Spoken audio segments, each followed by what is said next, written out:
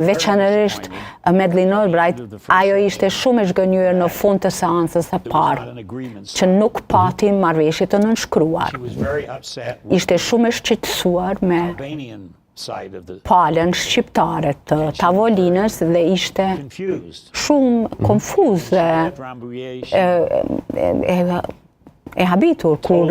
u largua nga Rambouillet përmes departamentit të shtetit, më tha që të flisja me ata udhëheqës që ishin kthyer në Kosovë dhe të zbuloja përse nuk e kishin nënshkruar marrëveshjen.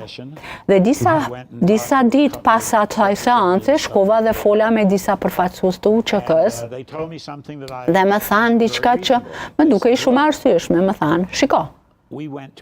shkuam në Paris, shkuam në Rambouillet, në pallatin në Rambouillet, para botës.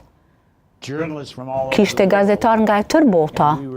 dhe po na kërkohej që të nënshkruanim një dokument që e kishim lexuar, por nuk e kishim negocuar më përpara, e veçanërisht jo në atë nivel. Dhe të gjithë në atë delegacion, përfshirë edhe nga Rugova, ishin të shqetësuar se ndoshta kishte ndonjë truk aty që nuk e kishin kuptuar plotësisht. Prandaj doshëm që të ktheheshim në Kosovë dhe të mendonim për atë marrëveshje për disa ditë dhe po ashtu dëshironim që të flisnim me popullin që përfaqësojmë popullin e Kosovës.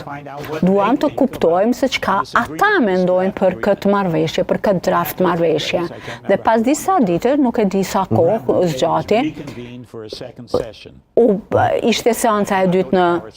Rambouillet, nuk kam shkuar në Paris për atë seancë, por në Paris, UÇK-ja, Rugova, delegacioni, thanë se po jemi konsultuar me popullin dhe jemi të gatshëm që të nënshkruajmë dhe mendoj se gabimin kryesor të karrierës e bëri Slobodan Miloševići kur tha ne nuk do ta nënshkruajmë. Po ta kishte nënshkruar atë marrëveshje, e cila nuk ishte shkatrimtare për qeverinë në Beograd, në çfarë do forme, kishte mundur ta nënshkruante atë draftin e parë, dhe ta harronte, por ai ishte që e shkatroi